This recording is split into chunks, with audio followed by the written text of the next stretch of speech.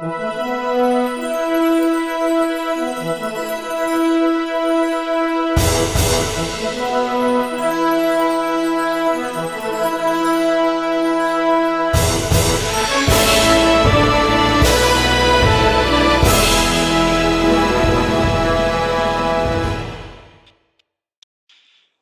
this is Mike from Northern Forex Trader. Welcome back. We have another trading lesson here on the Cypher pattern. These are my rules of engagement for the Cypher pattern. I hope this is helpful and useful to any new traders out there, or maybe some struggling traders out there that are not quite understanding maybe some rules or some definitions on the pattern.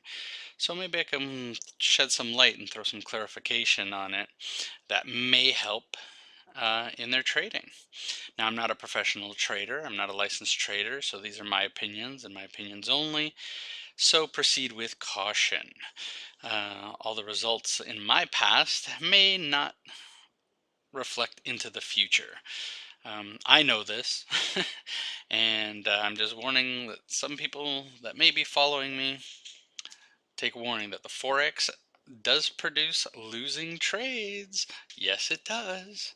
So I'm about a 50%, 60% trader in the win column, and these advanced patterns do help me as long as I follow the rules and I stick to my trading plan, which is very important for you new traders to have a trading plan and practice so that you are disciplined to follow your rules. I can't stress that enough. Okay, let's get into it here. We got the trading the Cypher pattern. We have our X to A, A to B, B to C, C to D leg, like all the other patterns. So we fib our X to A leg, and our first rule that comes into play is that the B completion point has to hit the 382 and not close above the 618. So we can have a candle come up all up in here, but it can come up here, which I wouldn't like it, but it could. And as long as it doesn't close above the 618, it's still a valid Cypher pattern. And what I mean, and when I say it could come up to here, but I don't like it, and it could be shortchanging, like, a couple of traders could be off that day that could have pushed it up. Yes, I understand that. But the validation of the Cypher really comes after you break this A point. Okay, so once you start seeing an A point up to a B point and then breaking structure of A, that's when I start looking for the Cypher. I wouldn't look at it when the market is at this point, because this is not telling me really anything.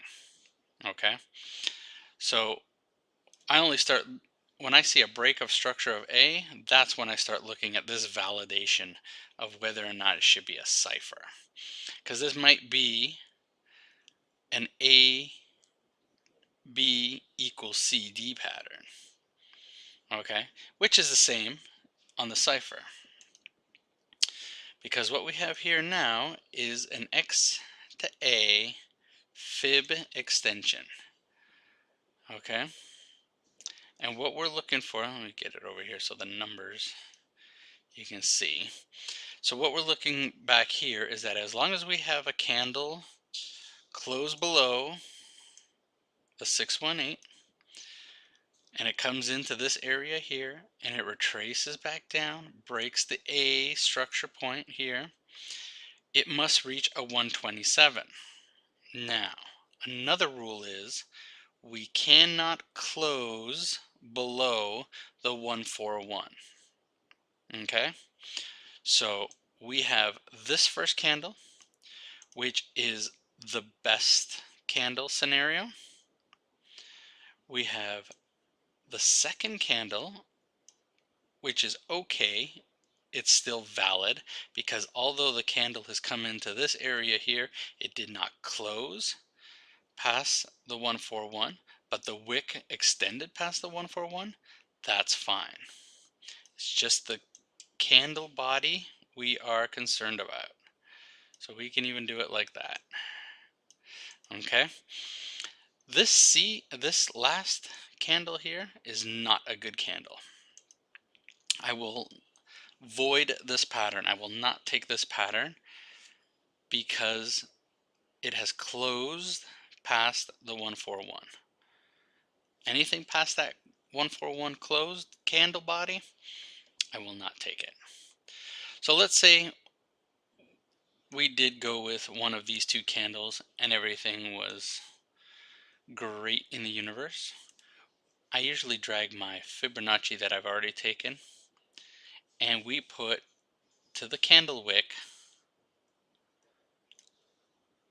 a fib extension from the X to whatever candle wick we're using here or here, but not this one because this one's not a valid candle. So let's take it from the first one, which we take the fib extension back to it, and we're looking for a completion at the 786. And then we plot out our stops and our losses. So we take our targets from the bottom of that candle wick that we're using to our 786, and then we can put in our stops. Very important, put your stops. Now remember, my style of trading, because I go to work every day, I have to have my stops and targets placed in. I do this in the morning, very early in the morning, about an hour before I have to go to work, and then an hour, maybe an hour and a half at night. And I have to put these stops in because if I don't, I might just blow up my account. And then I'm stuck with nothing. But as you can see, these Cypher patterns really turn out really good. They have a really high percentage of success. And you're looking at the first target at a little better than 1-to-1. And then a second target, you're really close to a 2-to-1. So as long as you have your stops in place, targets in place, you can still manage to trade while going to work, because that's how I do it. It's a slow and steady race, but you got to stick to it, follow your rules, follow your game plan, and you will be successful. So those are the rules about trading the Cypher. So another recap is that you can't have the candle close above the 618 back here. When you do an XA fib, there's no candle close above there, and you can't have a candle close below the 141. Now these are my rules of engagement. I hope this has helped you. I hope this will help you in the future while you're trading.